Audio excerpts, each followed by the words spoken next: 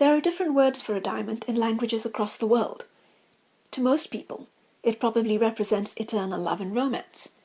But for others, the diamond is a cursed gift from the earth that has forever changed their lives. Diamonds are one of the world's major natural resources.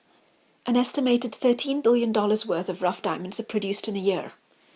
The industry employs approximately 10 million people across a wide spectrum of roles, from mining to retail. Global diamond jewelry sales continue to grow, increasing threefold in the past 25 years, and are currently worth over $72 billion in a year.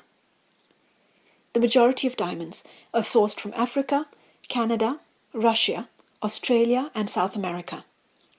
African countries account for most of the world's diamond resources, approximately 65%, and when measured by value, Botswana is the biggest producer of diamonds in the world. The value of the diamond increases significantly as it travels through the pipeline from the mine to the final market, nearly quintupling in value over the course of the journey. While the lowest value of the diamond is at the rough diamond production stage, it is also where the highest profits are made, with margins of between 16 to 20%. And yet diamond-producing countries continue to suffer from a myriad of economic and social challenges, and this may be an indication that stakeholders in the diamond industry are not being given the attention they deserve. The World Business Council for Sustainable Development defines corporate social responsibility, CSR, as the overall contribution of business to sustainable development from both a moral and a commercial perspective. 4 areas are highlighted: economic, environmental, social, and governance issues. Economic indicators examine the impact that mining strategies have on the local economy and how these strategies contribute to economic diversification and development. Environmental examine the impact that mining company strategies have on the environment. Social indicators are measures that can be used to determine the level and distribution of welfare in a society, and governance indicators consider whether mining companies adhere to legal requirements. Diamond producers are affected by various trends, and since they influence social engagement, I'll highlight them briefly. There is a reduced supply of diamonds in the global market, and this is expected to continue as existing mines get depleted and no major new deposits come online. Demand is continuing to increase, and over the next 10 years, supply will grow by 2% and demand by 5.1%. This means the customers of mining companies, that is the retailers, are placing more emphasis on long-term contracts, which means mining companies will have less flexibility to increase prices. As the supply of diamonds is reducing, costs of inputs such as labor and energy are rising. This has seen upstream players focus on pricing and increased investments in technology, which translates to less local hiring, shorter tenures for mine workers, and other cost-cutting measures. Top producers have also sold underperforming assets, and a wave of mergers and acquisitions have seen companies consolidate their position, which means increased power and control in the hands of the few. In 2014, the world's top 5 diamond producers generated 85% of industry revenue.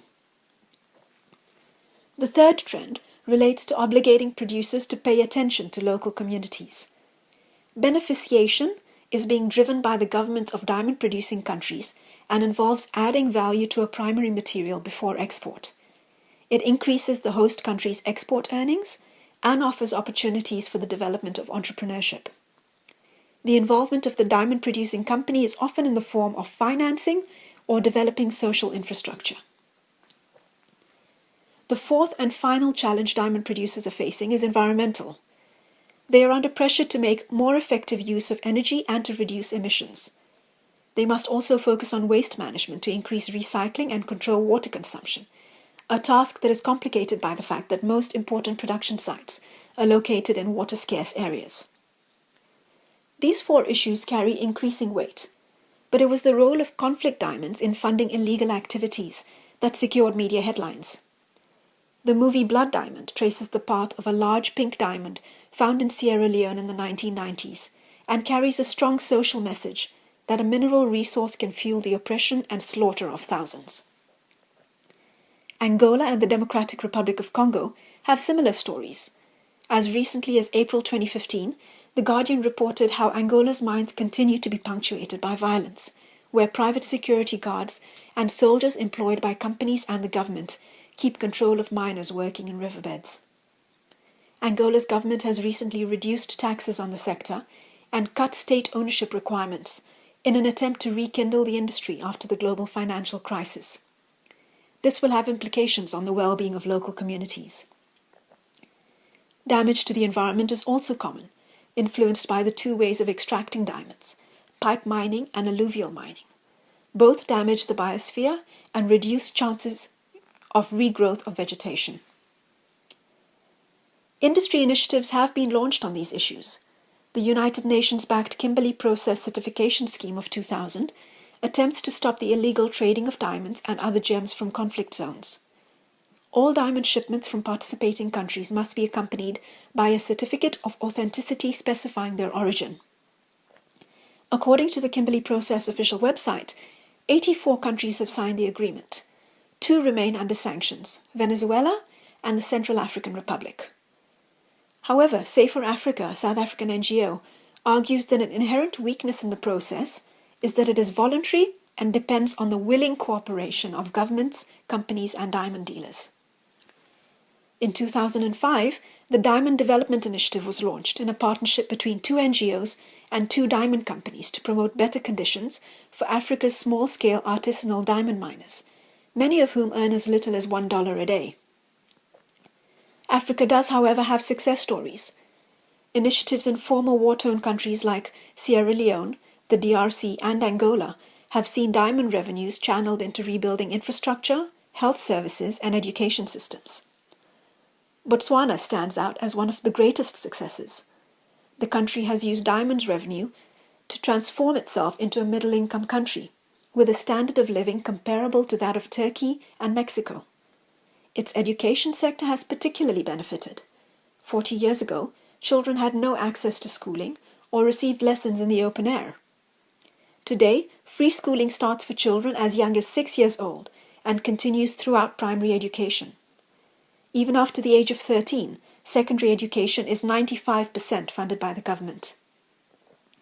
As an illustration, when diamonds were discovered in Botswana in 1966, there were only 3 secondary schools in the country. Today, due to revenues from diamonds, there are more than 300. A mining company in Botswana recently became the first in the world to extend free antiretroviral treatment to HIV-positive employees, life partners, their children, and former employees. Its government has also played a key role. Botswana's Mines and Minerals Act allows the government to acquire minority stake in mining projects as a partner and have representation on their boards.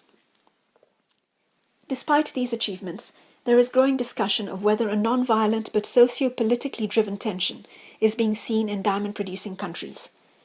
This approach suggests that sustainability modeling be adopted by diamond producers where positive and negative impacts are considered, such as jobs created, graduates supported, fatalities and cost of fatalities, and permanent and temporary injuries. And so even with countries incorporating sustainable development into business practices, there are questions about the long-term benefits that diamond producers contribute to their host countries. Perhaps when that question is answered, the African diamond will begin to represent an asset and not a liability.